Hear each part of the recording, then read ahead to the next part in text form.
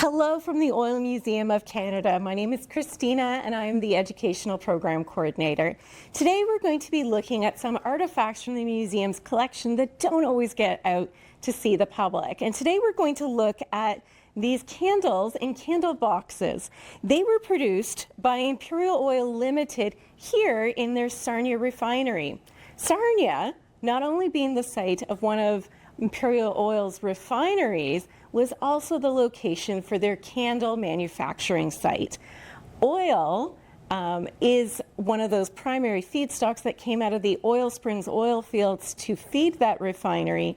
But starting in 1914, they operated a candle wax plant because paraffin wax is a byproduct of the manufacture of kerosene and gasolines. You can also make paraffin wax for candles. Now, these boxes that we are looking here in front of us are very elegant, as they were Christmas candle boxes. And they would have held in this box a long set of white candles. And those candles would have been individually wrapped. What's interesting to note is that the Imperial Oil facilities in Sarnia employed mostly women, as they were determined to be gentler and more careful in their work, because each candle had to be individually hand wrapped in wax paper and placed in these boxes. In this other box we see here, you can see that this is a holiday or Christmas candle box from Imperial Oil Limited, and they were made in Canada. And when we open it up, we can see that we still have some of those candles here.